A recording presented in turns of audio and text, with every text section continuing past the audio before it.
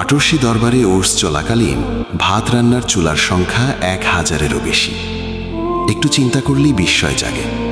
প্রতিটি পাতিলে গড়ে 20 কেজি করে চাল। প্রতি 20 মিনিট পর পর চুলায় চাল দেওয়া হচ্ছে।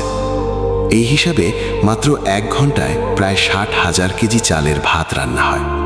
24 ঘন্টায় সেই পরিমাণ দাঁড়ায় প্রায় 14,40,000 কেজি, অর্থাৎ আনুমানিক 1440 টন ভাত প্রতিদিন।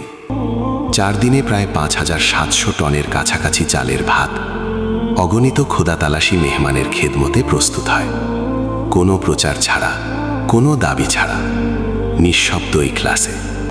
এই বাস্তবতা দেখে খাজা বাবা ফরিদপুরি সাহেব বলেছিলেন, বাবা, তামাম দুনিয়ার মানুষ যদি এই দরবার চেটেপুটে শেষ করতেও চায়, তা কোনোদিন শেষ হবে না।